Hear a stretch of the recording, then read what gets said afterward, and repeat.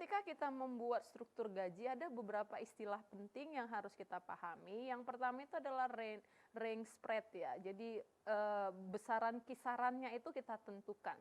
Jadi kisaran rentang penggajian itu atau range spread itu dalam definisinya adalah rentang kisaran imbal gaji pokok dari minimum kepada maksimum di dalam satu skala upah.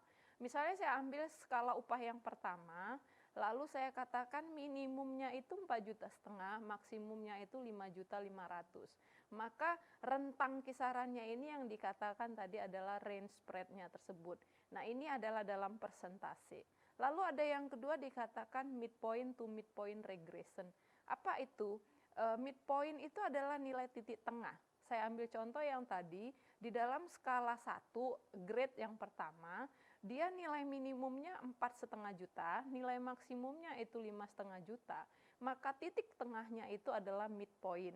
Mencari titik tengah adalah nilai terendah ditambah nilai tertinggi dibagi 2, itu adalah nilai titik tengah, midpoint.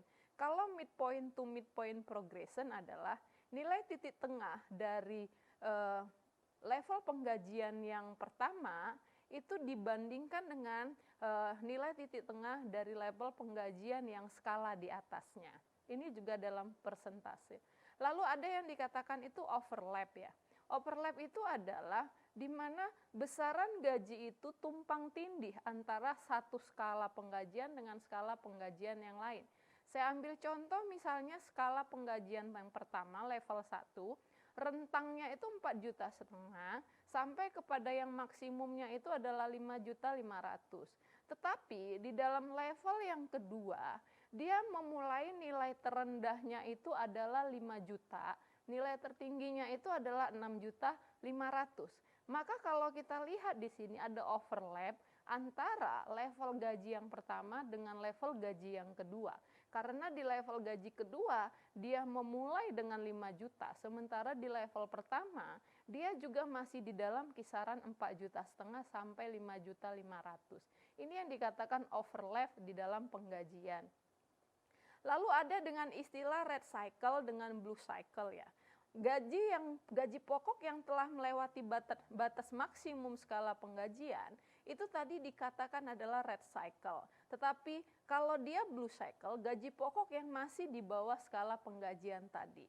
Tadi saya ambil contoh, kita ada overlap, maka kita bisa melihat ini perusahaan masuk di dalam red cycle ketika membuat struktur gajinya atau di dalam dianya itu blue cycle-nya. Lalu kita akan masuk topik berikutnya itu adalah tentang, ini kita bisa lihat contoh tentang rentang struktur gaji. Ini adalah beberapa formula yang bisa digunakan untuk menghitung midpoint to midpoint progression dengan rentang skala penggajian. Mari kita masuk ke topik berikutnya itu adalah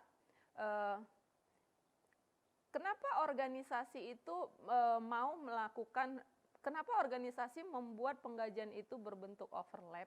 Ini memungkinkan organisasi untuk dia melakukan kenaikan gaji tanpa harus melakukan promosi.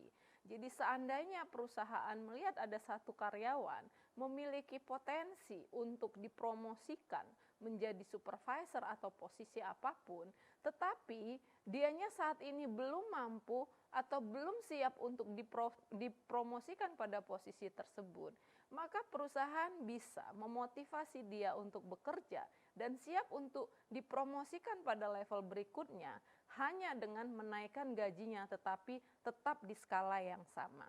Demikian pertemuan kita hari ini. Saya akan memberi ringkasan untuk topik kita hari ini, yaitu tentang skala penggajian. Ketika organisasi menentukan skala penggajian, maka organisasi terlebih dahulu menentukan berapa skala yang harus dia buat untuk struktur gajinya. Dan skala ini tergantung lagi kepada strategik bisnis organisasi. Karena apa? Karena ketika menentukan skala penggajian, ada nilai acuan yang menjadi basis organisasi untuk menentukan berapa nilai-nilai di dalam setiap skala tersebut. Demikian pertemuan kita hari ini. Terima kasih.